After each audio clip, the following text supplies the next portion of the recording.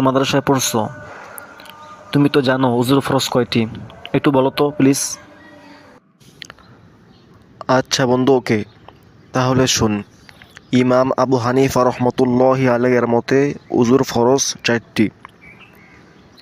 যেমন 1 নম্বর, কপালের চুলের গোড়া থেকে থুতনির নিচ পর্যন্ত এবং এক কানের লতি থেকে অন্য কানের লতি পর্যন্ত সমস্ত মুখমণ্ডল ধৌত করা। 2 নম্বর, উভয় হাত কনুসহ ধৌত করা, মানে 2 হাত কনুসহ ধৌত করা।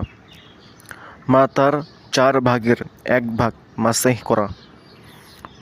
4 নম্বর, উভয় পা টাকনুসহ ধৌত করা, মানে 2 পা টাকনুসহ ধৌত করা।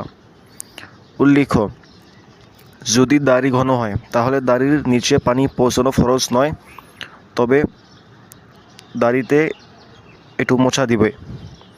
আর যদি এই 4 অঙ্গের কোনো একটি নখ পরিমাণও সুখান থাকে তাহলে অজু সহি হবে না। ধন্যবাদ বন্ধু তোমাকে।